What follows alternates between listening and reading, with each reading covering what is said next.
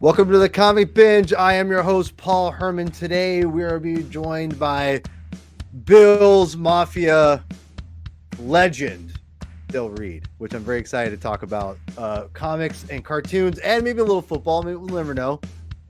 People who know me know I'm a diehard NFL fan, so I digress. But anyway, today we're going to be talking about, What If Animated Series Season 2, and I picked some choice comic book selections talk about today on today's show.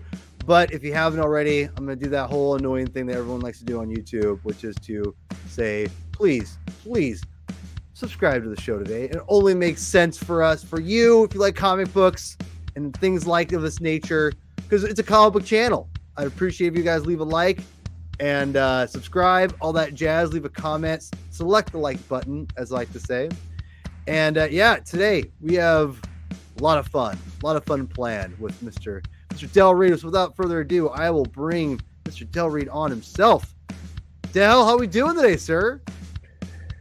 Sir, how are you? Appreciate you having me on as always. It's always an honor.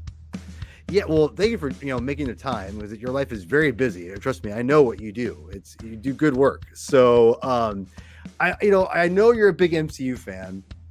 And you do have a lot, a decent comic book background. You threw some last time you were on. You threw some deep cuts at me.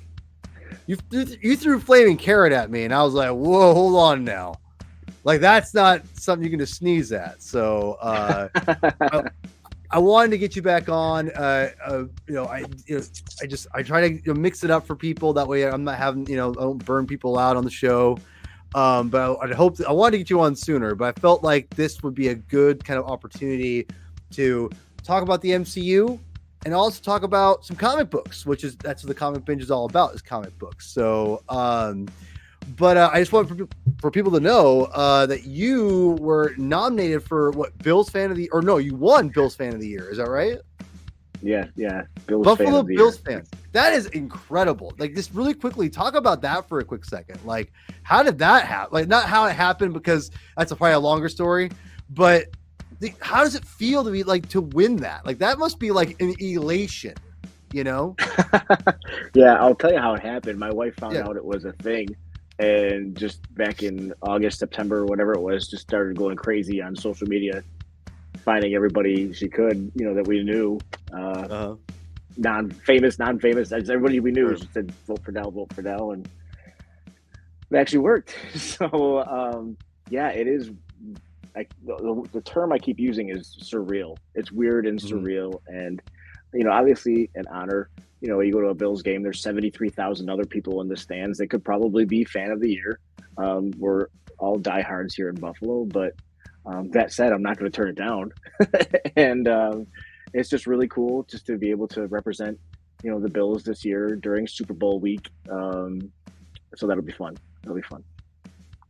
Yeah, when I saw, I want to say I probably helped whatever I could, but when it got officially announced, I was just like, whoa. And the work you do is really rad, and I was telling my wife about it. Go ahead and quickly plug your work and what you guys do, because I think it's such a this is going to come out weird, but a novel idea that I think is really rad.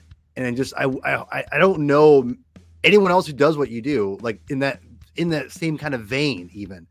And I just think it's really rad. And so why don't you just explain a little bit what you do for a living, and just kind of go there and we'll get started. But go ahead and tell people what you do here. Yeah, so I'm really blessed to be able to do this for a living. It's like a marriage of all the things I love in life kind of together. I've always loved novelty T-shirts. Ripped Apparel was always one of my favorite websites to go visit. Often they do there used to be a different shirt every day. Now they do like 3 a day. Shirt.woot.com was something I'd always go to, different shirt a day. Just I really loved weird T-shirts that nobody else had, that had funny pop culture references. Yep. And then when the Bills Mafia movement took off in 2011 with myself and my co-creators, I had this platform that was growing on social media, and I love the Bills. Obviously, that's another thing that is part of this, marriage or whatever for this job. And right. I had the idea to sell weird limited edition Buffalo Bills themed T-shirts, and one thing I'm really passionate about with my faith is giving back and, taking care of your fellow man. And so Yeah. this whole thing started when I was employed elsewhere full time. Great job. Wasn't looking to leave it, and did it just as a hobby, as a side thing. Like, okay, I'm going to sell limited edition Bills themed shirts for a year. Different shirt every 2 weeks. 52 divided by 2 is 26. That's where the weird name came from. 26 shirts. That's the name of the company. And just it was gonna be a 1-year project, and it was really well received. And we decided let's do it for a second year. And during that second year, I got laid off from my job, and with my wife's backing and belief in me and the mission, decided to give it a go to see if it could do it full time. And now we're 10 years into 26 shirts. A lot more than 26 shirts have been made. We do like 2 or 3 a week now, it feels like. And 8+ years into doing it full time. Got a great staff now, and we just exist to give back, help our fellow fans, celebrate Buffalo, the teams, the region. You're welcome the other day for that very easy win the Kraken had against my Sabres. But we've lost 2 in a row since, so it's not been feeling good lately. You get used to it after a while, trust me. But yeah, man, that's it. That's what I do in a nutshell. We try to produce cool stuff and give back in the process. Well, I'll just really quickly. I just want to add this really quick between me and you. I don't care who was watching. I didn't know you're a man of faith, and I just want you walk, because I knew that, but you walk the walk, and you have a servant's heart, and that is like the best ministry you could do. I just want you to know that, like, 100%. As thank you. Yeah, we'll talk later about this, but I just want you to know that I had no idea, and it comes across loud and clear. So just be appreciative of that. So thank you. Well, thanks a lot, man. Faith without works is dead. So if you're not doing anything about it, do you really have it? So exactly. So anyway, so we've got I know you're an MCU fan. I wanted to get you on and talk about the What If season 2. You hadn't watched the whole thing yet, which is totally cool, because I was more actually concerned about you reading the comics. The fact you've read the comics, I'm like, okay, we good. I don't care about the cartoon. We can figure that out later. So let's kind of get into this a little bit. We'll talk about season 1 a little bit, and then we'll talk about season 2. I'll recap, and then we'll talk about the comics, and we'll get the heck out of here. My question for you is, you're a big MCU fan. Did you like season 1? I did. I did. I liked some episodes more than others. I wasn't crazy about the Party Thor episode and the zombies episode. I like Party Thor. Really, that was fun. It was fine. Now it led into what I thought was a great way to end that season with Ultron and everything. Oh my gosh, that was really cool how they did that. Ross Marquand with the voice acting and everything, just perfect job. I really enjoyed it. I thought they tied it up too quickly. I mean, the fact that it felt real gimmicky at the end, how they took the different episodes, and the very last one, like, you're Guardians of the Multiverse, go.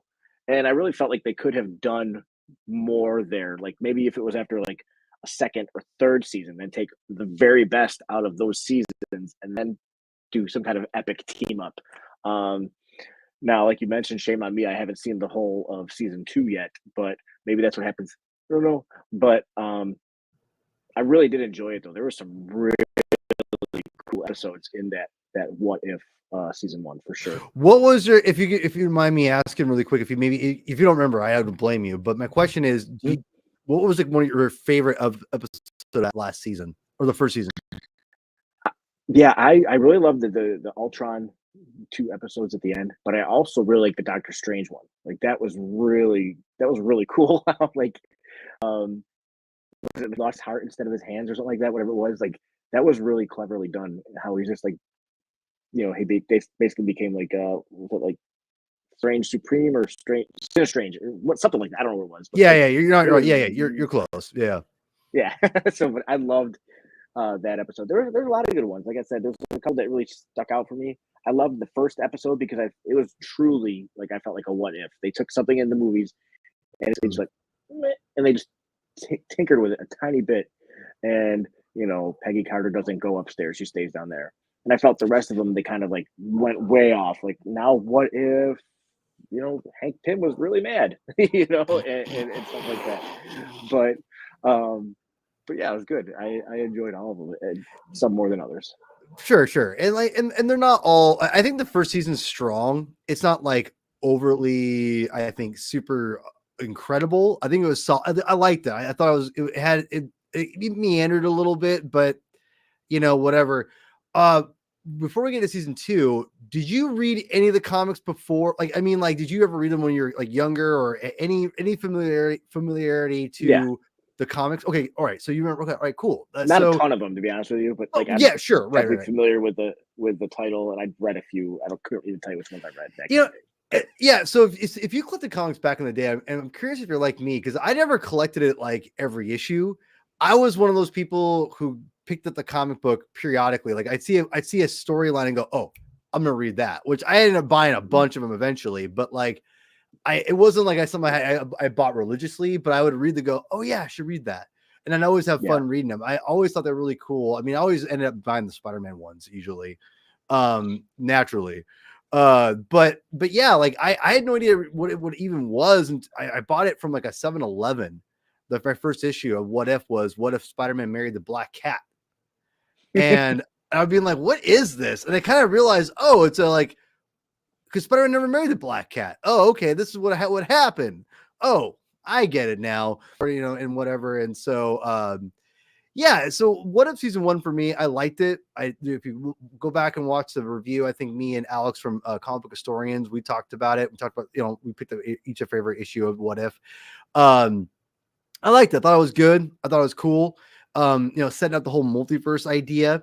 But the cool thing about What If is that even after they eventually leave the multiverse saga, they can just keep it going. Because that's the whole thing with the Watcher and the Yotu, whatever you want, Yautu, or I'm probably mispronouncing his name as everything.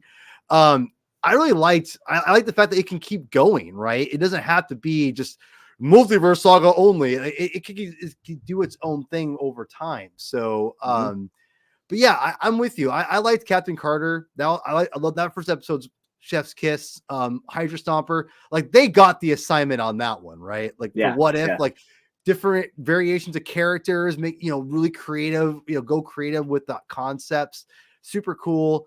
I like the Infinity stuff too. There wasn't like a lot of outstanding episodes, but there was like, besides the first one I thought was off the top of my head, but I did like the Infinity, like the whole connecting last part. So I love how Thanos walks through the portal. Ultron's like, oh, fascinating. Ultron, that was so cool. That was cool. Okay, so season 2, we'll get into the comics here in a minute, but let's go season 2. You've only seen the first 5 episodes, but there's a key episode in here that you have seen, I think, that I'm excited about. But we'll kind of break it down episode by, or I'll break it down episode by episode the best I can without looking at the. Well, I'll look at the timeline here in a second. I know the first episode is one that I'll be honest, I went in not knowing if I was gonna love the season, because I avoided spoilers like crazy. And God, every time I do this, I always go, where did I put these pictures here? But then they disappear on me, and I'm like, why does it do this to me? This is very frustrating, people. I gotta tell you, this is very frustrating for me. As someone who tries to prepare, and I load them up on here, and then they disappear. I'm like, why do they disappear? I'll just talk about it now. Is Nova? What if Nebula joined the Nova Corps? A really interesting concept, which I personally didn't think was like, never would have thought that would be a concept I would be into, but it's there. And I'm curious, what did you think of this episode? Like, what's your take on this one? It was cool. I felt like it was very telegraphed through the whole thing. Okay. Well, but sure, yeah. I enjoyed it. It was very there's your picture. You got it. I got it. It was very like private detective noir kind of vibe to it. Blade Runner, yeah, Blade Runner, yeah, very Blade Runner-esque. It was dark all the time. But I thought it was cool. It was a little bit different than what I expected. It was good. I liked how they brought in Jan Rog and everything. That was cool. I on the MCU fan show, I talked about this. I said the Nebula Yondu like combo was something that I thought I didn't even think about, and I thought it was pitch freaking perfect. And I even said they missed an opportunity. Honestly, straight up missed an opportunity combining Yondu and her together because, like, because I very much don't like what's his name, James Gunn's brother, whatever his name is. I like James Gunn's brother as an actor. Kraglin sucks. I'm sorry. It's not the actor, it's just the character itself. I don't like the fact that like Yondu, like, because I'm an old school guy. Like, I love the original Guardians of the Galaxy. I love the original Yondu with his super, red hair mohawk, right? Like that's my jam. And the fact that like they make Yondu like it's a mechanical thing, and then Kraglin inherits it. I'm like, get the hell out of here. Like, get that out of here. I'm sorry. That's not my thing. But when you incorporate Nebula, who looks incredible with Yondu's, mechanical thing, and it actually makes sense because it's part, she's part, cyborg, whatever. It's like, oh, that actually makes a lot more sense than like, here's a Kraglin idiot gets it. No, get that out of here. So anyway, I thought this episode was actually pretty fun. I like the concept. I like the idea that you have Howard the Duck in it. And yeah, I did like that. Yeah. And the one thing too, I'm curious what you thought, is also the fact that this is the first time we've got to see the Nova Corps besides Guardians of the Galaxy Volume 1. Right? So it was cool to see the Nova Corps and the MCU kind of get, showcased a little bit. Yeah, no, I thought that was really cool. We had Stanley with a C. That's how I always think of him, that actor. Who I think that was his voice in there as well too, which was really cool. It was cool. Yeah, and it's speaking to the whole, Yondu's fin aspect. I mean, she has blue skin. It fit perfectly, right? It's just but it's a blue skin, and the fact that they're both mechanical like things. Like, she's mechanical and that's mechanical. Like that makes a lot of sense. And well, this is crazy. Okay, Eric, really quick, I got a couple questions for you. Guardians is your favorite, what made you fall in love with comics? That's crazy. Which iteration? Holler at me. I need to know about this. This is awesome. I like this. So yeah, I think this episode's pretty strong. It sounds like I like it more than you did, but I think it's pretty good personally. So going to the next episode, I believe it's Happy Saves Christmas, if I'm not mistaken. I think it's Peter Quill. Oh, you're right. Okay. You know what? We can do Happy Christmas too. That's fine. No, well, no. Let's keep. Listen, I'm going to keep things going here. Peter Quill. I meant to get a Peter Quill picture, but sorry, y'all. I don't want to go watch the show. The show's great. I liked episode 1, episode 2, where it really upped it for me because it brought, like, again, you're using continuity to your advantage, having Peter Quill be brought to Earth, and then you're incorporating the Guardians of the Galaxy of the 80s. Captain Marvel, you've got the current Black Panther, Bucky, the Hank Pym. I loved this. This was fantastic. This to me brought in the best aspects of, I think, what makes What If great. Like, this was the first thing that made me start going like, okay, like, I get it. Like, I love what they're doing here. They're starting to really get the assignment. They got the assignment, I felt, originally, but this is where they really start to really, I think, really tap it into the greatness of what makes What If so rad. What's your take on this episode? I thought it was great. I loved it. And that, to your point about the continuity and everything, they've done such a good job now over the years. They've built such a wealth of characters and stories and timelines and all these different things that they're now able to kind of like cherry pick different things. Like, anybody who's watched most of the MCU, because I feel like you could watch these episodes and kind of get what's going on and enjoy them. They're definitely made for like the hardcore MCU fan, like, for sure. But you could sit down and watch an adventure story, but you're really rewarded, like, when all of a sudden, like you said, Marvel is in there, and the what's his name, Black Panther's father. T'Chaka. I'm so bad with names. So T'Chaka, yeah, T'Challa, yeah. and then his dad is his father's T'Chaka. So T'Chaka was in there. Whatever. Yeah. Sorry. Yeah. I love having him. Yeah, no, it was really fun to see how that all came together, and then Thor works into it and everything. Yeah, kind of. Yeah, he kind of works at the very end. Like the whole concept of like a 19. Basically, it's like, in my opinion, you could have called it "What if the Avengers formed in the '80s?"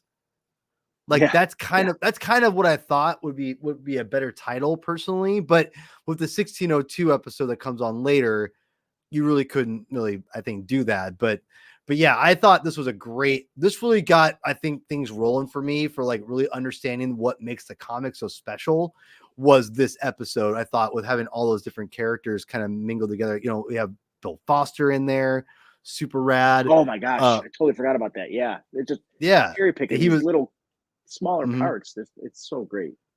Yeah, really quickly, I wanted to make a comment here. Eric is just bringing his A game. Same way, my introduction to the Guardians was Jim Valentino's arc, which run, and I reread a good portion of it, not all of it, but like reread the first like 20-ish issues. Highly recommend. Super. We'll cover it one day on the binge, but this is a fantastic comic series that I think it doesn't get enough love still to this day, personally. And I think he did a great job incorporating like this futuristic, for those who don't know, the Guardians they weren't modernized, meaning like they weren't like the current continuity of the 616 universe until Abnett and Lanning came on the title and created the current incarnation of the Guardians. They're always in the future, and Valentino kept that up, and it was a lot of fun and did a good job of balancing fun, like futuristic stuff in there. So go check out Jim Valentino's 90s runs, like a 1991 or 90 is so good. Love that series. Big favorite of mine. Did you read any of those Jim Valentino 90s issues up by chance, Del? No, man. I'll be real. Like, I didn't even know that was a thing. It's all on. I was like, oh wow. Yeah, it's all. Yeah, dude. It's all on. That's where Yondu, like, he obviously came before in the 70s, like when he was originally created. But no, go check out. It's all that Valentino 90s stuff is all on Marvel Unlimited, baby. Go check it out. It's all there. It's a great service. I love Unlimited. I wish it was better than Infinite. DC Infinite's still better, which is crazy to say, but it's true. DC Infinite is insanely amazing. I love that app. It is better, but I digress. It's a Marvel show, not a Unlimited DC show.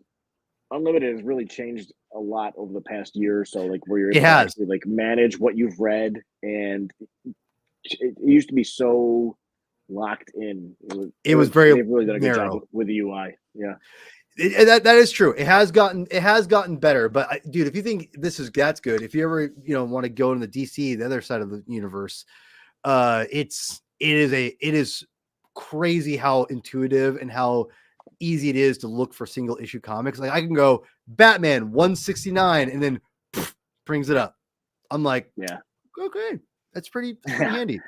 So it wasn't easy finding those what if for this. My I know for this episode. It's like, okay, I gotta scroll and find them. But I thought you probably figured it out. I'm sorry. I apologize. No, what I'm saying though is it's the fault of the UI. You know what I mean? That's right. That's right. You tell them, Del. It's not my fault. It's their fault. Goddamn Marvel's fault. That's right. So anyway, no, Valentino did have some good stuff on there too. He had Eric, if you go back to the previous episode previous what if episode that I put in the link in the description, wink at everybody. One of the comics that I picked for the comics was his Jim Valentino's What If the Avengers Fought Galactus, which is chef's kiss. That's a phenomenal what if comic book. You're on the money 100%. That is a fantastic issue. Anyway, I digress. Next is Happy Hogan, which, by the way, Eric, I appreciate you saying the comic is better. Yes, I agree 100%, or just like the series overall, but this is actually a pretty good thing too as well. I would definitely agree to that. Next is What If Happy Hogan Saved Christmas? And this was just so much fun. What's your take on this episode here? I enjoyed it. It was fun. It was Die Hard basically, with a Purple Hulk. But it was kind of fun watching his transformation. A little interesting. I don't think they would do that in the movies per se. Like, oh, it's just one leg. Now it's both legs. Now it's an arm. It was fun trying to see him hold the little cell phone and everything too. It was funny. But Sam Rockwell in it was just so good. He was just I love that character, Hammer.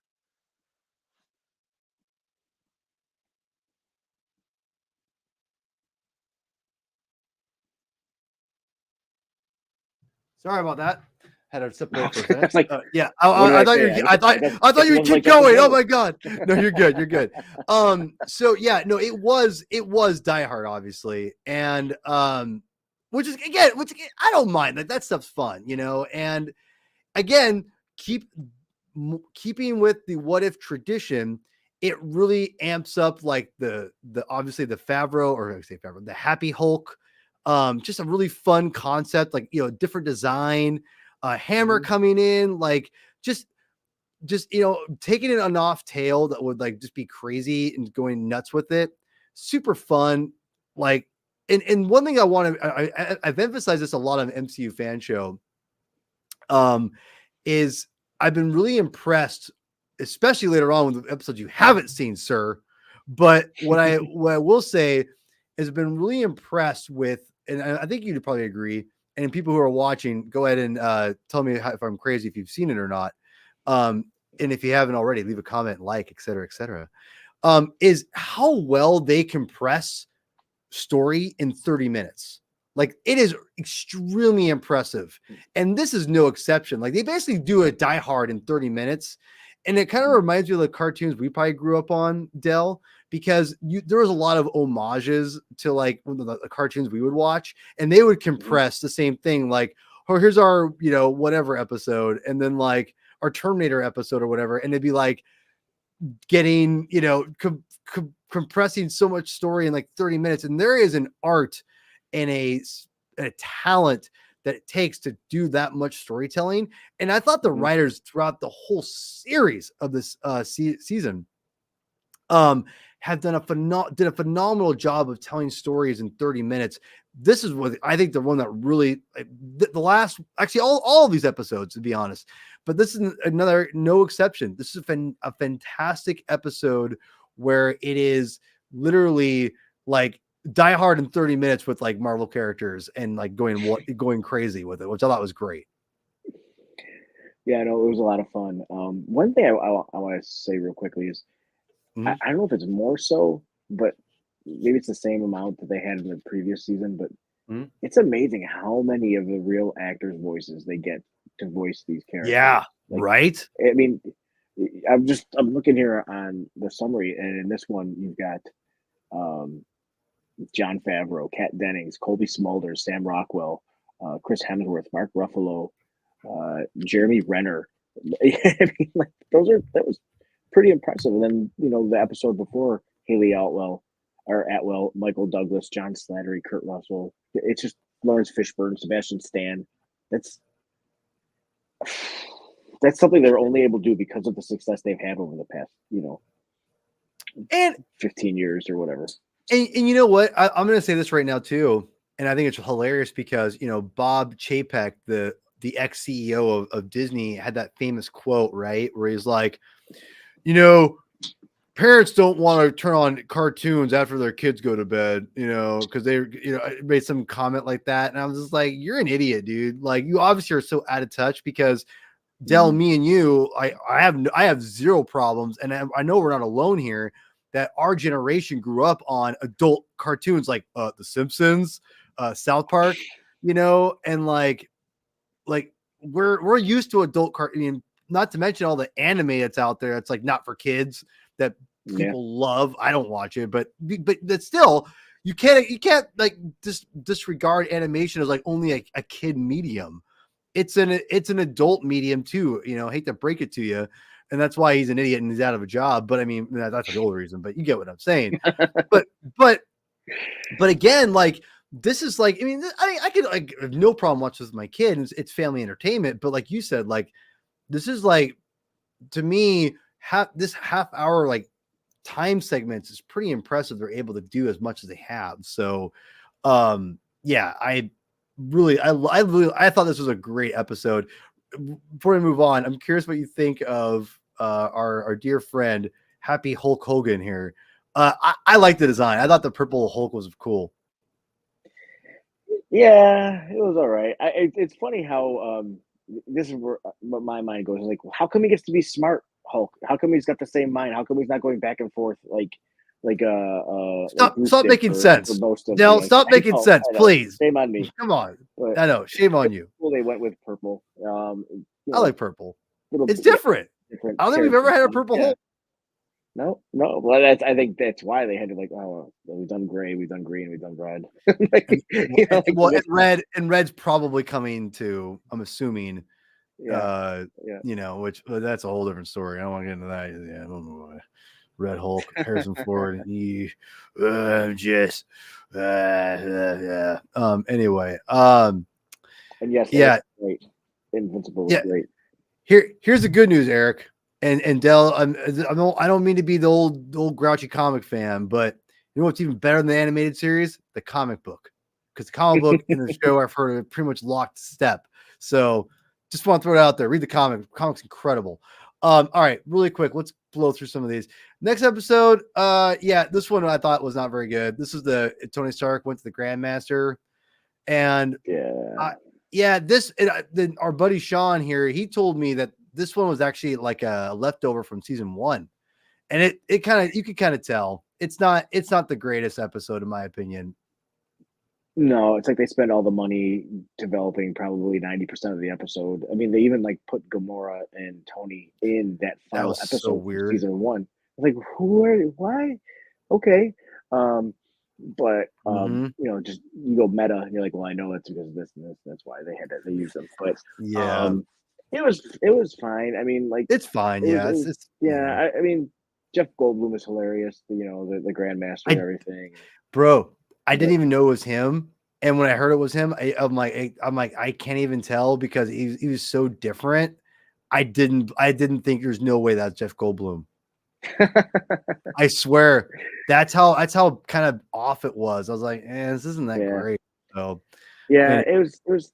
This was the Thor party episode of the season. It feels like let's just put our characters somewhere funny and have weird things happen. Like his statue like winks back at him and everything. Oh god. I like it's a cartoon. It's a cartoon. Yeah. That's fair. And listen, and this is for the record. I actually like the Thor episode better than you. The party Thor. I thought it was fun. But anyway, so next episode I believe is this one which is the Captain Carter. What if Captain Carter fought Hydra Stomper, which is basically her Winter Soldier again. Yeah. Personally, Dell, I thought this was a great episode. This was again like taken in vain with combining Black Widow and Winter Soldier kind of and giving Captain Carter a little bit of an arc here. Thought it was really really cool. I do love how Captain Carter is almost like the thread through this series. Like you can tell, like there's somebody over there at Marvel Studios that really wants to use this character. Yeah, every opportunity they get. I mean. They snuck her into Multiverse of Madness. She's got she's featured in like 3-4 episodes between these two seasons. I would love for her to get a movie. Can you imagine? That would be awesome. Oh god, man, that'd be awesome. But yeah, it was a nice mix of Black Widow and Winter Soldier. And Winter Soldier was just on like TBS this weekend or something. I was clicking through and I saw it. Like, I always forget how good this movie is. It was nice for them to do a little bit of an homage there.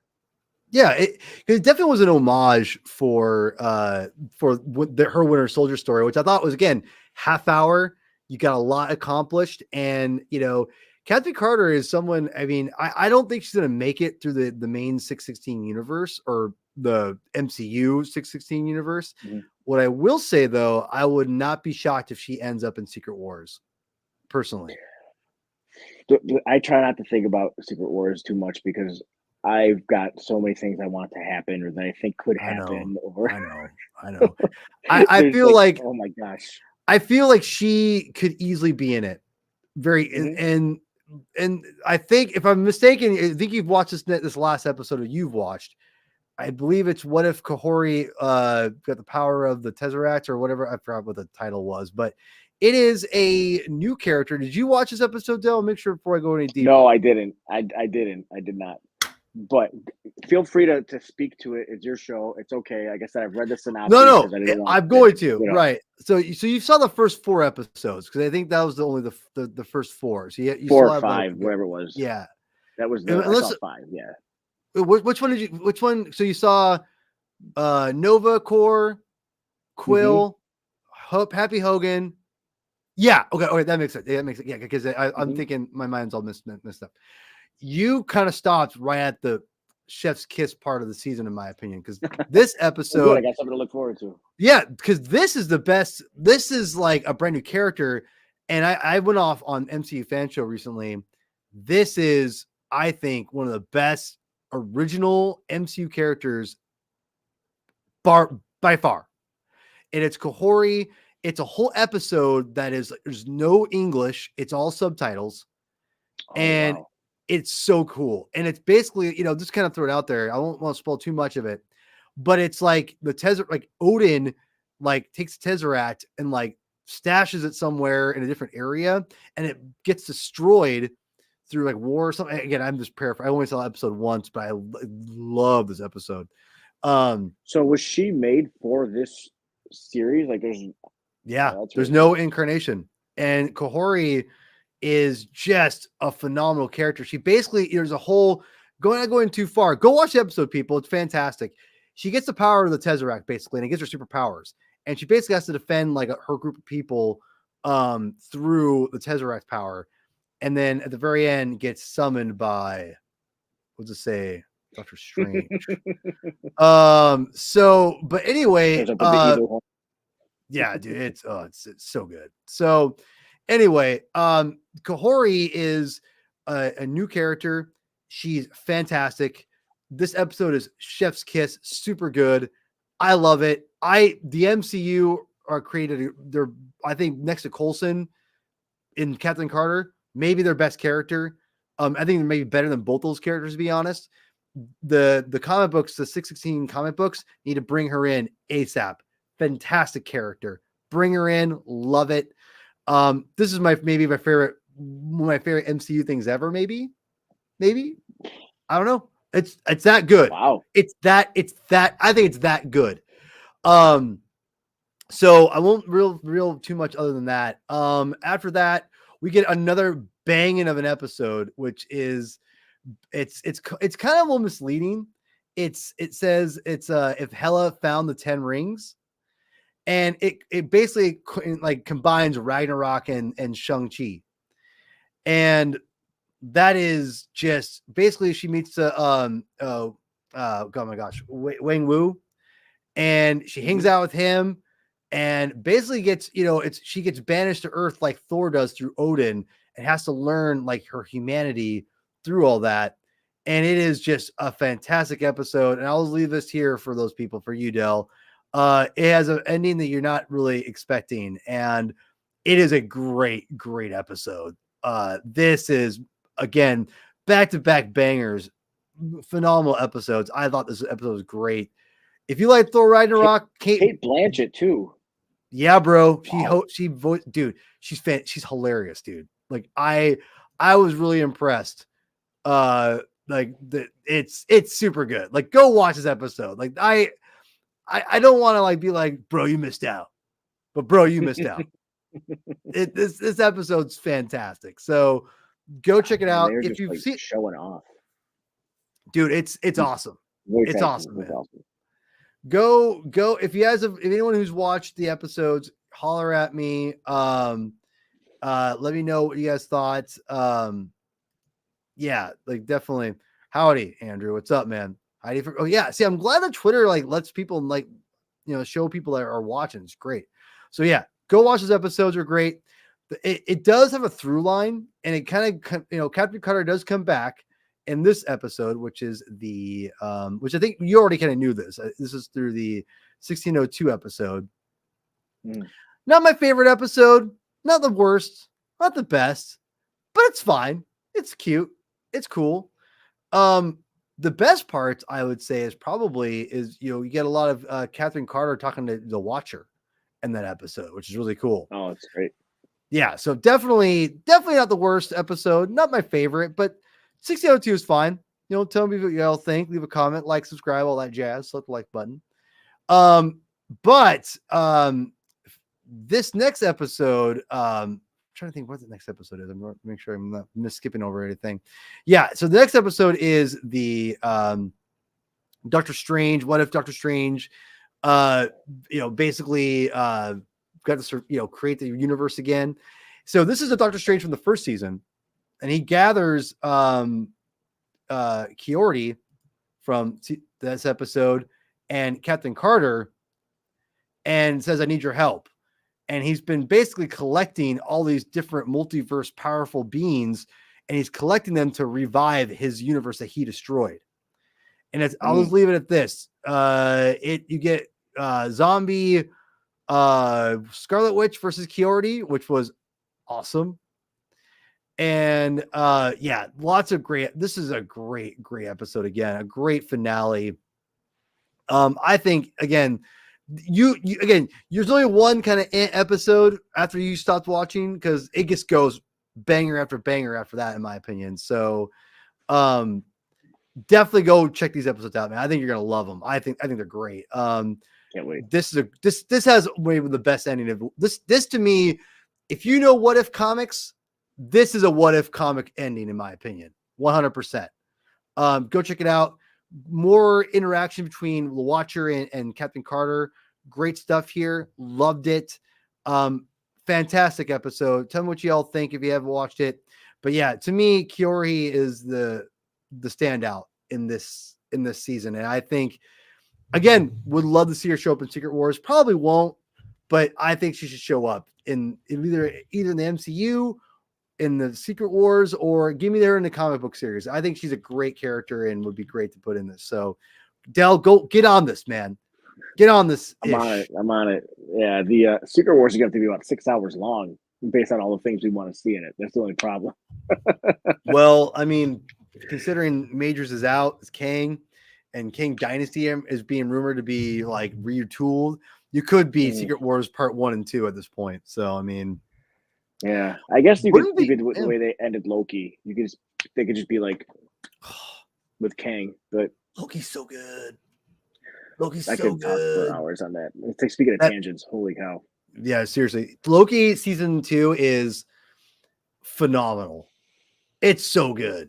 I was moved at the end. I was moved. Like when you see him, he's walking up and like his whole uniform or costume or whatever they call it is changing. Yeah. It's a costume, sir. We call it a costume here.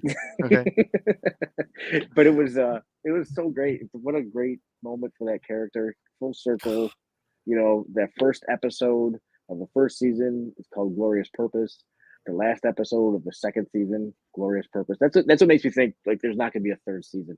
That and the fact that Iger wants to chill out on his on the content. And to be fair, I think it's a great thing to end on, and I think you could always pick up his story in Secret Wars, and it makes sense. Like it's Loki season 2 is, and I like season 1 quite a bit. Like I liked it better the second time I watched it through from when we did the MCU fan show review. I was gonna call you out. Like I don't remember you liking it that first time. No, but on the rewatch, it played a lot better for me. It was a lot better on that rewatch because I felt it was a better serialized show, less episodic. So it felt better. I don't like the episodic stuff. I don't mind it, but like I really like a soap opera. I want to see the whole story play out, and build on it. But the Loki series and No Way Home for me are the two best pieces of content that they put out since Endgame.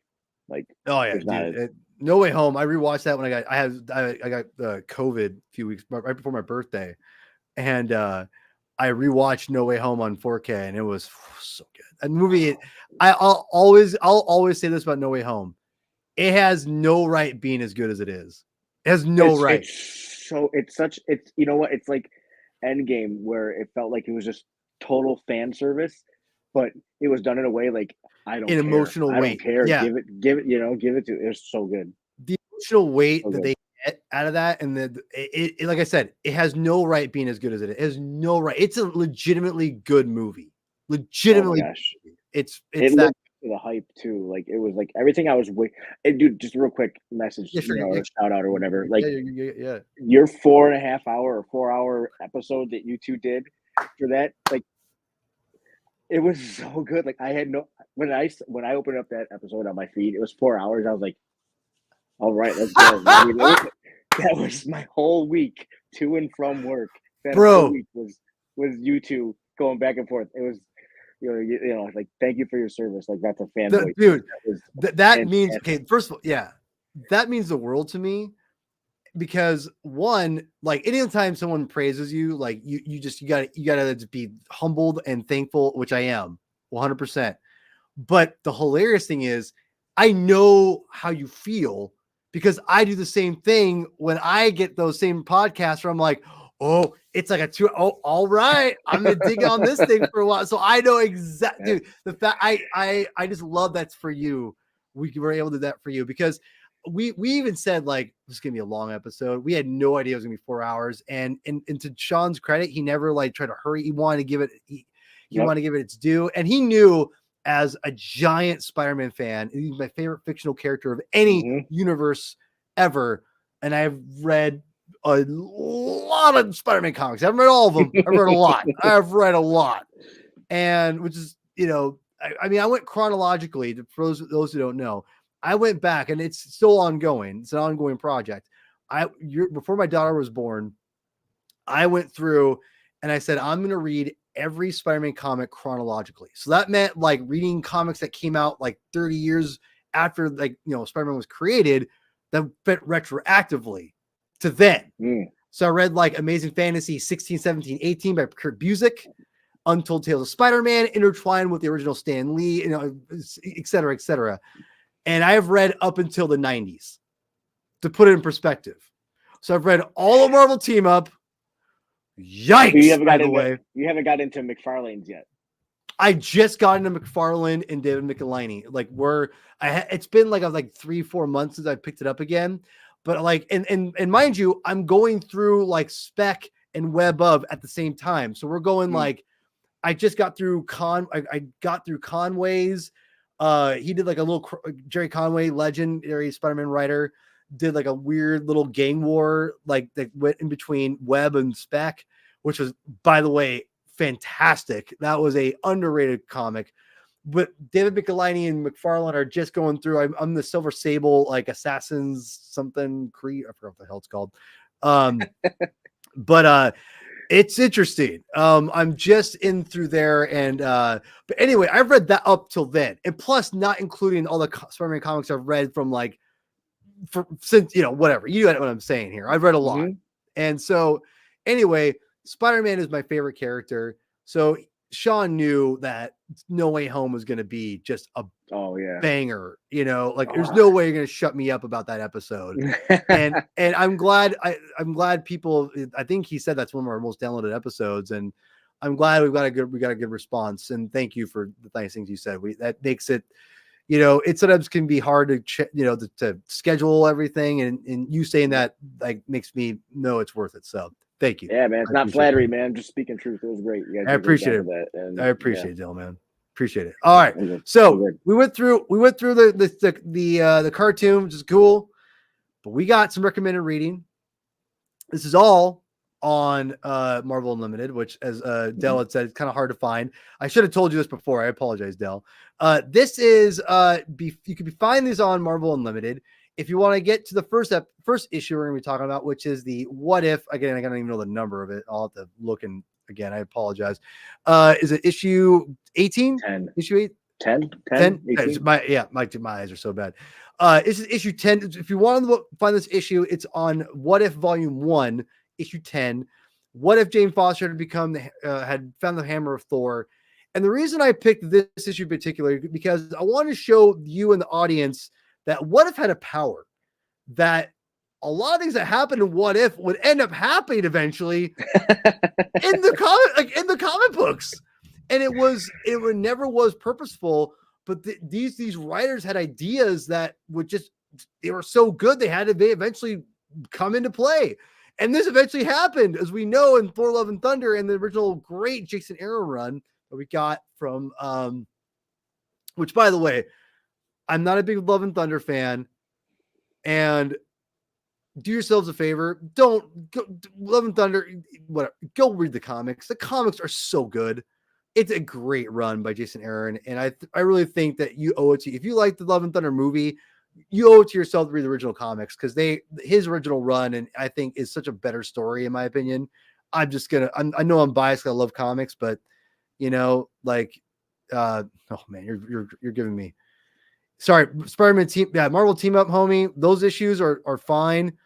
They're I don't love those issues. They're not bad. They're not great, in my opinion. But yeah, man, the Marvel team up had it was rough. There's some rough issues in there.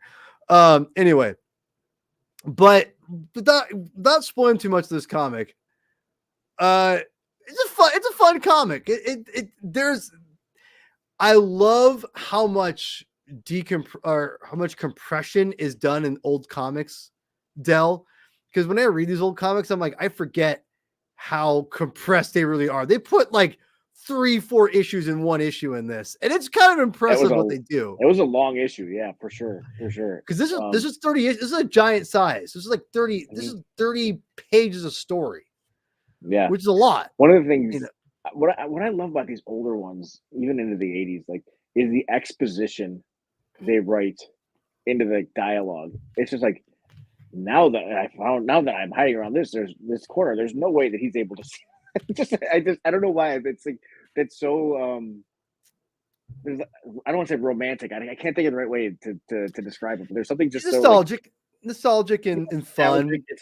It's like you're viewing into how stories were told 30, 40, 50 years ago. I love that. And by the way, I think that also says, I think you're not off, and I think that, like, it's kind of a dying art, because the problem is comics today feel they don't want to do that too much, because it's not Frank Miller, or it's not cool, or it's not artsy to do that. But the problem is, like, this is what helps you understand if you're not reading every month, like, and like exposition and those things, the writers back then, and some of the best writers today, still know how to keep you involved and keep things moving without being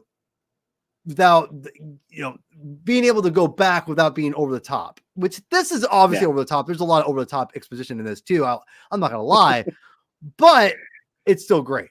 So, but yeah, I love it.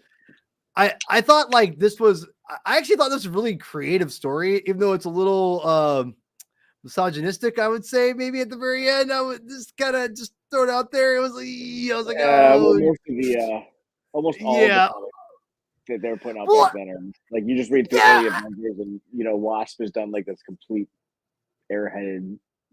Like I don't know. I have no self-worth unless I'm with Hank Pym. It's like, exactly. But you're just like, different time. Different time. This wasn't that bad, but I was just like, really? At the very end, I'm like, really? I'll take it back. It's a cool idea. Very what if, I would say, like, right? Like, taking, like, this different concept. I did like the ending, but I don't like it but I also don't like it because it's a little misogynistic. But I mean, it's like at the time, but whatever.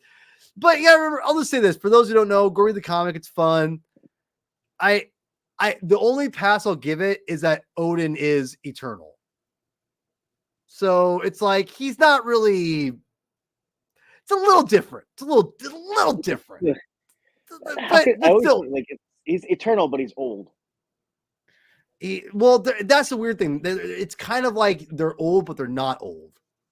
You know what I mean? Yeah. Like, he's been eternal longer than somebody else. Yeah. Like he can't die. He's immortal, but he's mortal. Like, you know what I mean? Like, Valhalla exists, but it's weird. They're gods. That's what it is. They're gods, but they can die. So it's weird. it's comics. What can I say? It's comics. So it's what it is at the end of the day. but Don't did you look like into it this? too deeply; it won't make sense. Right. Which, by the way, if I'm not mistaken, all the artists and writers of these comics, I forgot the artists of this issue specifically, but they don't have big careers in comics. But this comic has a legacy, though, right? So I mean, it's which again, this ended up turning into a movie / or famous comic story / which was never meant to be necessarily. So, but did you thought this issue was fun? Did you like it overall for the most part?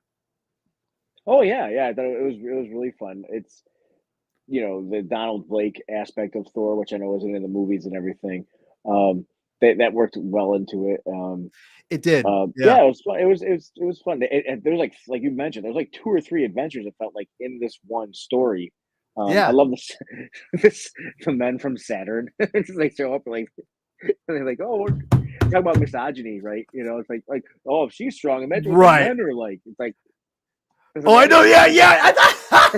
I almost, dude. The Korgs, right? The Korgs, the Korg characters. That's what Korg's based off of. Are those characters? Oh, from the original. Funny. What these things are? If you guys know it, you have the cover there. Duh. But no, if you guys see, that's how hip I am. I have the original comic book that, if you guys can see, I got for $3 originally. No, but this was again super fun. When the Korgs guy go, the women are strong. Wait till we see the men. I almost put that panel on here. I almost did. I thought it was hilarious. I'm glad you saw that, because I was like, that's pretty good. Okay, so really quick, I have to use the bathroom really bad, but I'm gonna leave my headphones in. I want you to tell me what you think of these comics here. I'm gonna throw them up here. So before I'll segue you in here, okay, really quick. So go ahead and say a lot here. Okay, I'll give you a play. Yeah. So I picked issues. God, hold on. My eyes are so bad. Hold on, y'all. Issues 28 and 29 of What If, Volume 2. Again, you guys can get these issues on the Marvel Unlimited app. If you go look them up on Volume 2, they just added them. These are new. These are not been there for a while. These are brand new, I believe. Anyway, Volume 2, issues 38 and 39. What if Captain America had led an army of super soldiers in World War II? And this is, I think, universal for any kind of MCU nut who haven't read these or just kind of interested in that whole concept idea of like Dr. Erskine. Because when I read these comic books, it was a really novel, interesting idea, which is a great issue also, which we'll get into. But these are personal favorites of mine. Again, the writer and the artist, Ron Wilson, and I forgot the writers, don't even know, not prominent writers in comics, but I thought I love these issues. I have a fondness for these issues. And we talk about compression. Holy crap. They compress so much in this. Tell me what you think of this, these comics in general, and I'll be right back. Sounds good. It was there was a lot of ground to cover in these 2 issues. There were some twists in it. There was definitely a twist that I did not see coming, which I was glad happened. I don't want to get too spoilery until you return, Paul, but it was really dark. And you mentioned how they just put these back on Marvel Unlimited, and there's a whole sequence in there where I was like, this is very not 2020s in terms of the content and how they were handling it. I'm afraid to speak about what the twist is, but basically anybody who's watching, the whole idea is, what if Captain America had led an army of super soldiers in World War II? And I talked about how in the first episode of season 1 of the What If cartoon, how I liked how it was just one little inflection, one little moment changed, and that set apart the whole, and that set forth the entire rest of the episode, as opposed to some of the other episodes where something happens kind of like off screen, or somebody makes a decision in elsewhere in the world, and now something's affecting the storyline. This one, you can see exactly what happens. So Steve Rogers is given the super soldier serum, and welcome back welcome back. Yeah, no, you're doing a great job. Is given Continue, please. the super soldier serum and just is able to push Dr. Erskine away right before the German spy shoots him. Yeah. And basically what happens from that point on? Well, Erskine is able to continue to, give the serum to more and more people and soldiers and everything. And like I don't know if you heard me mention before, like there was a twist in this. I was like, where is this going? I don't know. Can I speak to like the story? No, go ahead. You're good. So Steve Rogers is the president of the United States, and he's on with Ted Koppel. And I always loved when they would bring in like real life people into these comics. So Ted Koppel, Nightline, and it's like, oh, Steve Rogers is the president. That's pretty cool. And then all of a sudden, like he's leaving the studio, and it's like, oh, he's a terrible, evil president. He's a fascist. And he's just basically murdering his enemies and everything. You're like, I know what is happening? And then they rewind to, as I mentioned before, how Erskine survived and created this army that Steve Rogers was leading. And they rewind to the point where I think they're on a submarine or they're on a boat, rather, the Queen Mary, and they get sunk by a U-boat that didn't know that the World War II had ended because Steve and his soldiers had basically ended it. He killed Hitler, or they killed Hitler. They took care of all the baddies. Red Skull maybe is dead. And yeah, so but sorry, my AirPods, I gotta keep swapping them out. The batteries are going out. You're good. No, you're good. I'll take it over from here. So basically, what's cool about this issue is that they basically give like obviously Nick Fury, Dum Dum Dugan, they're all in these comic books as super soldiers like Steve Rogers. And there's a twist in the second issue, which I'll save for later. We'll save for people to read. But eventually, like you said, this U-boat is going out there and does its thing. And then later on we get the original Submariner, like he's around, and then he gets hunted by Frank Castle, aka the Punisher, and Clint Barton. Like they work everybody in. Everybody is in this, right? So anyway, that all ends, and then it ends on kind of like what ends up happening in the original timeline for the MCU 616 universe, or 616 comic book universe, which is Submariner finds Captain America. But what's interesting about that is, so that's the end of that issue, is that where we have Captain America is a president, but then Submariner finds Captain America in a block of ice. Like, wait a minute, what's going on here? So obviously someone's impersonating Captain America, which wonder who that could be. Put two and two together. You guys figure it out real quick, but I digress. This is my favorite issue of the two, which is what if Captain America formed the Avengers, which is just like a crazy just concept. I remember when I pitched this to you, Del, I go, I want to read these comics. Is that cool? You went, is that an Iron Man Punisher? I'm like, yes. You went, I'm in. I'm like, excellent. You get it. Because this to me is exactly what I think the TV show has done a good job of, incorporating these kinds of concepts of like combining characters in a very unique way. Because I want to make this, I'm not sure how well you guys can all see, but this is not just an Iron Man Punisher, which we've gotten in, again, a what if concept gets elevated to, to the modern comic books. If you look closely at this Iron Man version, this is like the weird, shaped like inward helmet, very specific era Iron Man. I'm not sure what mark that would be, but it's a very particular era. So they combined Punisher and that. Oh, it's so good. Chef's kiss. Love it. Love this design so much. And now you have Bill Foster again. Or not Bill Foster. Excuse me. This would be Sam Wilson as Giant Man. And you've got Submariner and his amazing long beard that was first in Fantastic Four. And then you have the Wendigo character, which is the white character right there in the corner, and which is, they want to call him the Hulk. Okay, that's fine, but it's freaking Logan, aka Wolverine. It's like, dude, how you listen to see, you have to read this comic to believe it.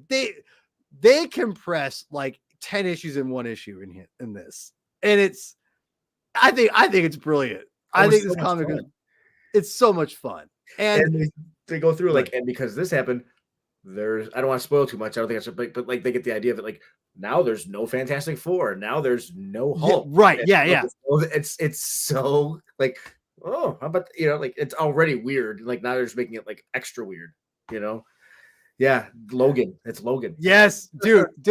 Darth Chaco, miss you, homie. I know we've been trying to get on together. To let you know, we'll get on together soon, my friend. Okay, just I know you're busy, and we'll get together. But dude, Darth Chaco, I'm telling you, man, this comic. If you read the issue 28 and 29, so these aren't like amazing comics. I would say, like, don't go expecting like Watchmen.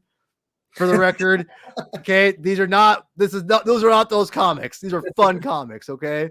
Not saying Watchmen can't be fun, but read 28 and then go. To me, 28's not my favorite. It's fine, but it's 29. This is why you read 28, because it's so much fun, man. It's so much fun. Like the whole concept of Wendigo or the Hulk,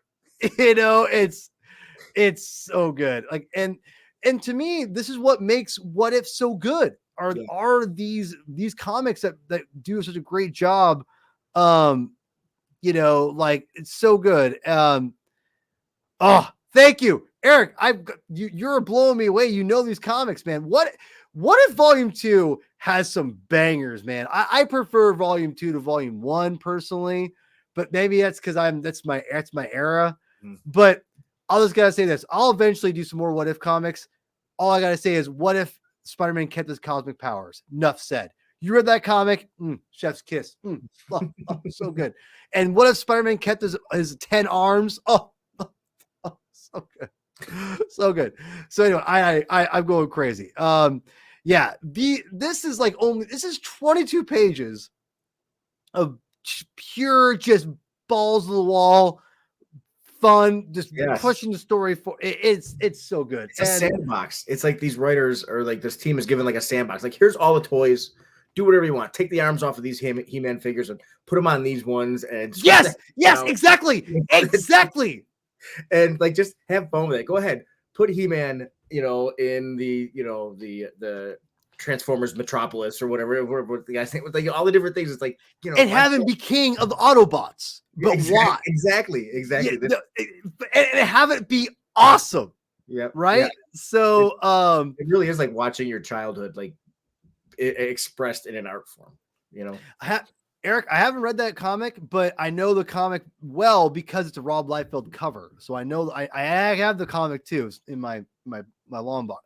One of these days, someone keeps asking me to do like a walkthrough, and I'm like, I don't know, I have enough people who actually give a crap about my area, but regardless, one day I'll go through the comic book library, where I record all my Comic Binge episodes in. So yeah, it's super. I'm blessed. I'll just say that I'm blessed. But anyway, but it sounds like you like this. You like these issues, but this one is my favorite. I'm biased. I love this comic, but it sounds like you enjoyed this issue as well. Yeah, I like the Captain America, these two Captain America ones more than I like the Jane Foster one. Fair enough. Yeah. Okay. Well, this is awesome. Like so much more worked into it.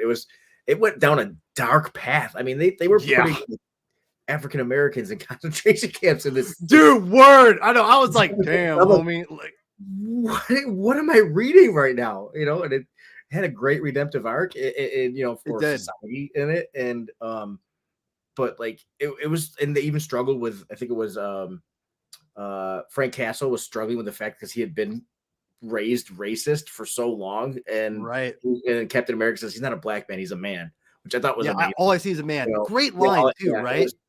But that was dark. I'm like, I'm reading it like, what is he having me read?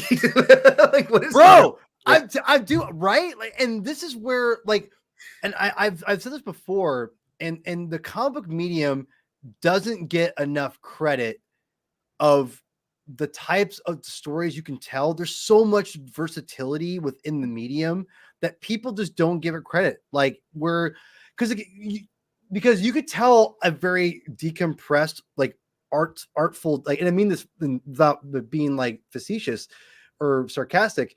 I'm being serious. You could tell a very decompressed story that's artful and like very visual that I think like Frank Miller's brilliant at. Or you could tell a story like this where you just jam so much into it, but it's still a cohesive, like fun story to read. And it doesn't, the comic medium doesn't get enough credit for that. You know, going back to, you know, this is why we go back to comic binge. We can do, you know, fun reviews for comics or for movies and for animation, whatever. But we can bring back the comics because this is what I'm going to say here. You know, what if, you know, Jane Foster was the power of Thor? You know, there's a page where there's 10, like, or 8 panels, and it's just like telling so much in those 8 panels, right? And it's just like you go through like probably, you know, what most writers and artists would do in like one issue. They do it on one page. Yeah, but it works. Yeah, that's the key, right? And I think writers, and again, as an aspiring comic writer, and someone who is trying to eventually write comics and tell stories, in I think there's a balance, to be honest. But I feel like, and as someone who reads a lot of modern comics, mainstream comics specifically, I would say that that's a dying art in the medium. It's more decompressed than it is compressed.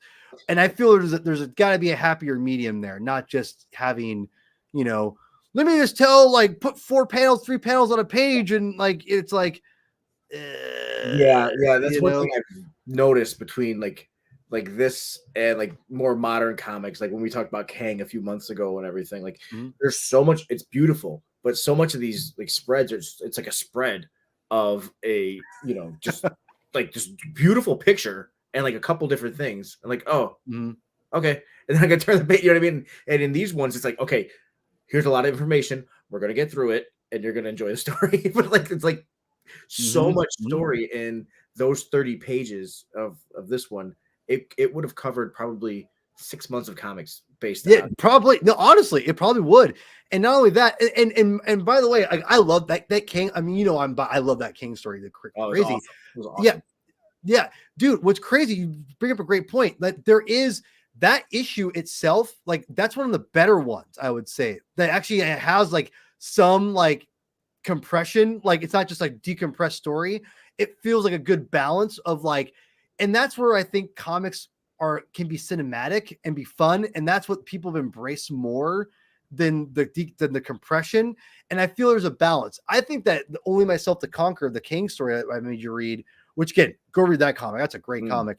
That is a good balance of being cinematic, but also when it needs to be being compressed, using the medium to your advantage, and telling a lot of information on one page, but yet not being bogged down either. And I feel like, but the problem is there's too much decompression in modern comic storytelling. But again, that's me being critical. That's not every comic, but that's a lot of comics, unfortunately. And I feel like when you're spending $6 on a comic book, you want your money's worth. And I feel like sometimes you're not getting that. So yeah, man, like it sounds like you enjoyed these comics more because I didn't know what you would think. And it seemed like you enjoyed these comics more than I was anticipating.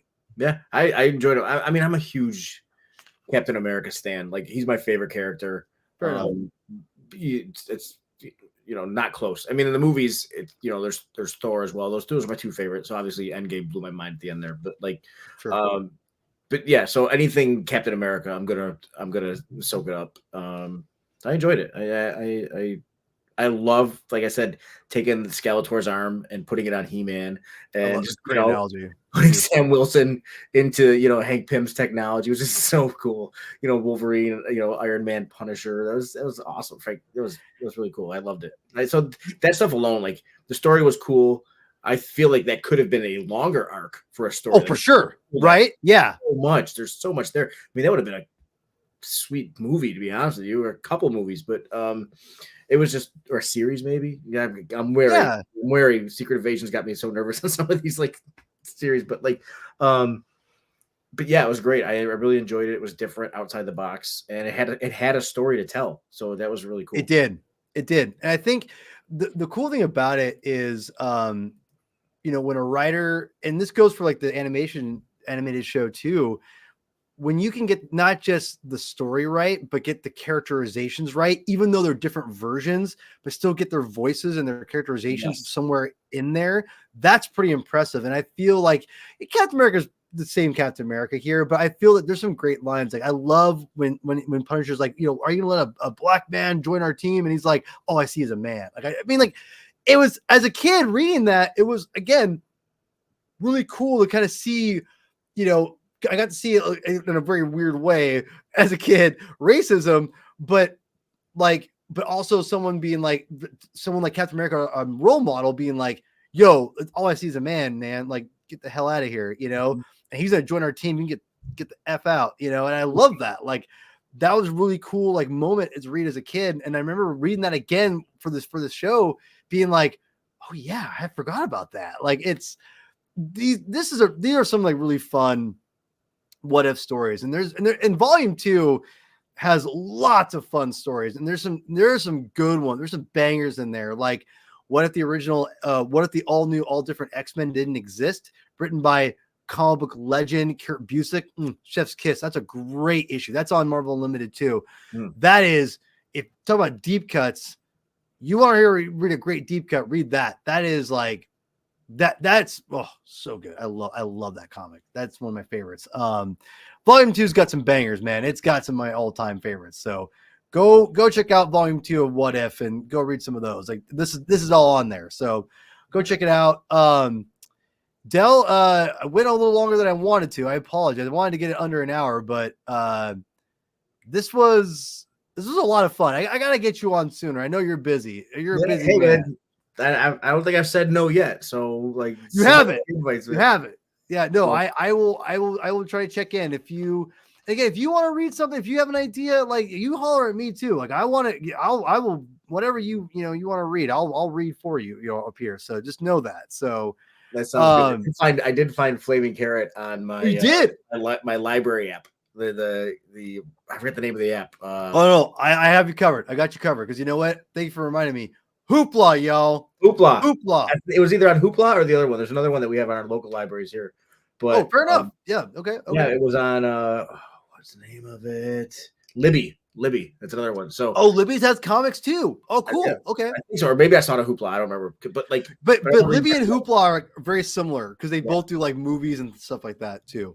But yeah, so I'll do some homework. I'll see if I can find some real obscure stuff. I always like the weird stuff that nobody else got. Like even like Ninja Turtles early on when it was Eastman Laird and stuff like that. But then they made a movie and cartoon and everything. But singing my tune, man. I in fact, I'm thinking about doing a sub series eventually. Eventually, I got so many sub series. I love them. But doing a Turtles one and going through the original Eastman and Laird comics. I already did one for the comic masterpiece, because it's the first the first thing they did was so monumentally influential and groundbreaking. It's so good. Which so different than what they turned into as well. Like those characters, it's so different. For sure. Yeah. And it speaks to, I think but it speaks to them as creators. They created such a versatile characters, right? So I mean, it's fantastic. So really quickly before we head out here, I'll say it again. Flaming Carrot, do you know what it's known for, right? What they introduce a franchise that's even bigger than itself. The Mystery Men? Yeah, Mystery Men. Remember that? I don't know if I told you that. That's so bonkers to me. I had that issue. And no way. I had that issue. It is like in the 1999 is when I sold most of my comics. So shame on me. But that was the summer I moved out on my own. I was getting married later that summer. I needed money. I feel you.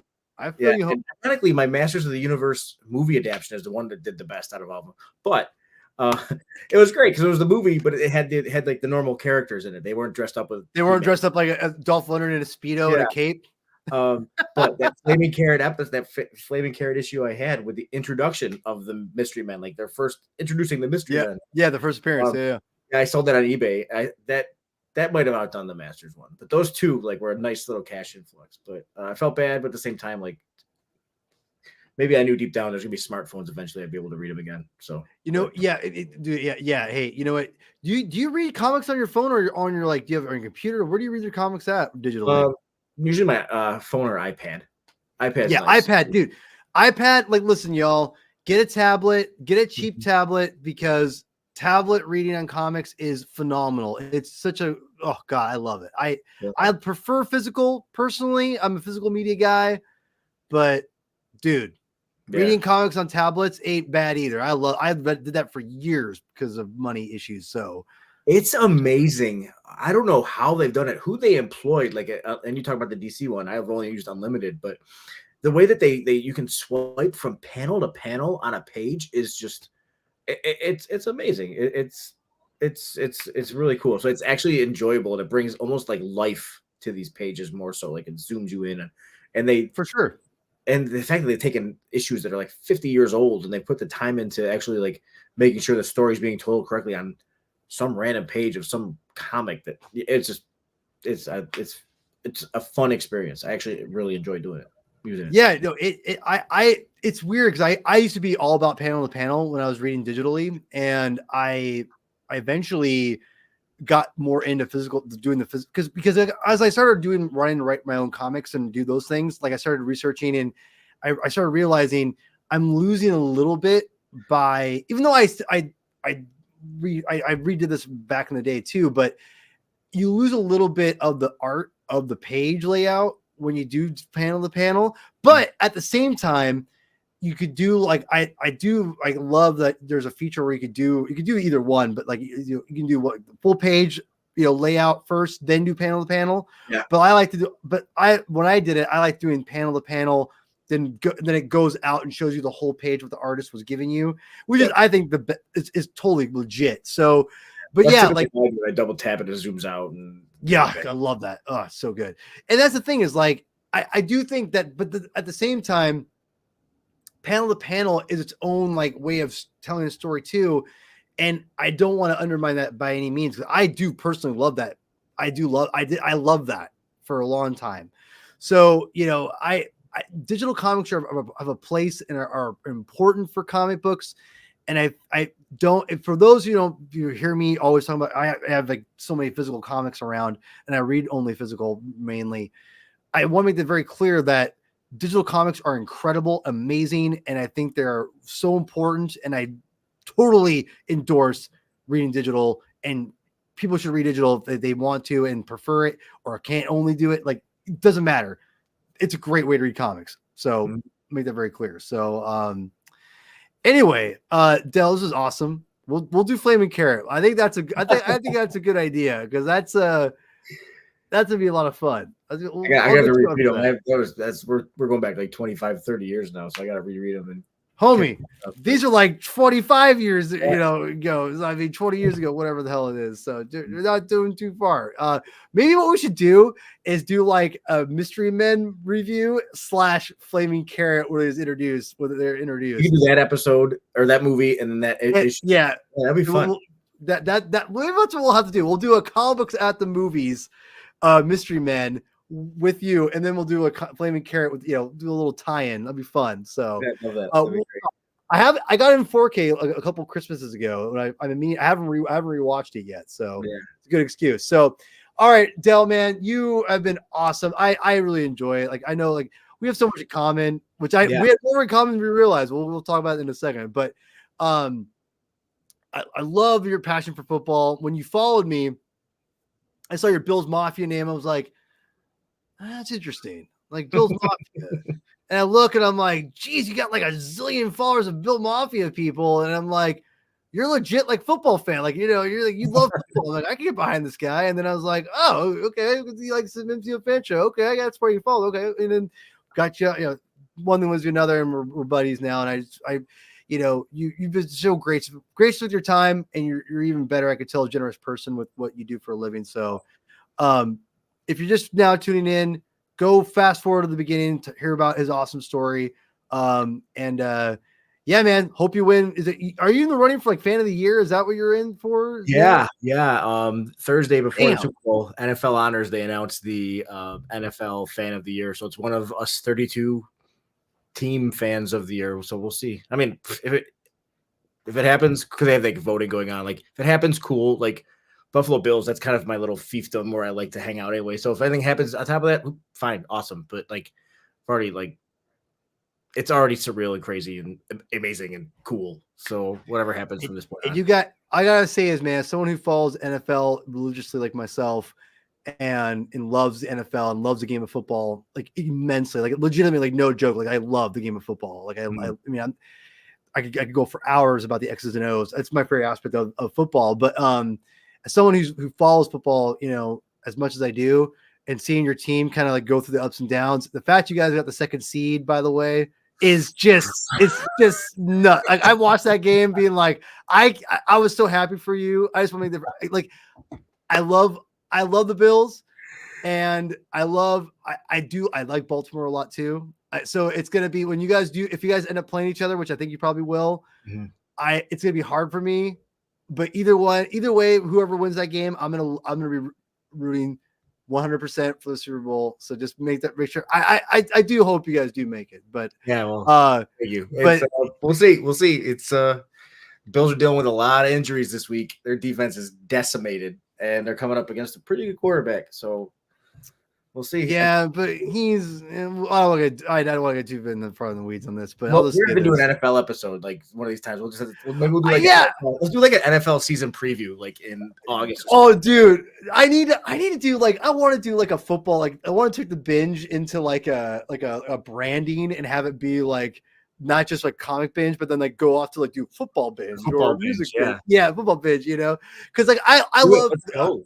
Do it, dude. Del, you just tell me. I'll start it. Like you don't even joke about that because my wife will kill me. But I will do it for football binge. God damn it! So if you want to start it, we'll talk. But because listen, I'm going too in the woods really quick. For those who don't know, I'm a diehard NFL fan. I'm not a college guy. Never been into college. It's a whole different story. But I love alt football. Like, give me these UFL, XFL, USFL. I love that league. I'm all about it. Like, I'm all about that. But that's a different story. Maybe we do football binge one day. We could talk about that. So anyway, tell people where they can find you, follow you, all that jazz, all that stuff. Yeah, at Del Reed on 26 shirt or 26 at Del Reed on Twitter, at Del Reed 26 on Instagram, and then at 26 shirts on all your social media channels. And stop by, say hello. Yeah, man. And like you've got go support his charitable, like all this stuff goes to charity for the most part, right? Correct? Is that all everything we sell on the website has at least some kind of donation component. I don't know if I ever mentioned it to you. Like next time you're on our website, Paul, go to the Fantastic top. There's a Fantastic listing. It's all pop culture, comic book related stuff. So no sports. Like my favorite design that we've done is we work with Dave Rapaccio, and it's a shirt that has Spock holding a lightsaber and it says Star-Lord under it. So we put all this. It's called All the Stars. So I think I've seen that one. I've seen that one actually. I think you posted it. But dude, so Fantastic. That's our other brand. Your shirt for Buffalo, the Rexmen was that was an incredible shirt, bro. That's the best thing about like owning your own shirt company. If you think of something like, I want to wear that, I'm gonna do it. And if nobody else buys it, who cares? Like but we've done a lot of comic stuff over the years, a lot of Star Wars stuff, Dude, also other favorite shirt you guys did, the Dark Knight or the Batman the Animated Series Buffalo like shirt. That is, if you ever get that one in, you holler at me. I need to pick that one up. Like, dude, I need that one. DM me your size, man. I got you. We'll figure it out. We'll talk. Also, last thing, I bugged you last time for it. Fall is Elite sweatshirt. That thing is also incredible. I told my I'm like, this is the best sweatshirt ever, maybe. Like it could go down as one of the all-time greats. So that's anyway, all Jeremy White, man. That's all Jeremy White, local radio host here in Buffalo. That's his brand. I've been telling him, you better trademark it. I hope he has. Dude, he better, because that thing is legit. Follows elite is so true. So anyway, Del, you're awesome, man. Thanks for jumping on. This was a blast. Everyone, please like this. Yeah, like the video, subscribe, yada yada yada, all that crap. It's all there. You guys know what to do. Chris isn't here, so I'll end it for him. Read more comics.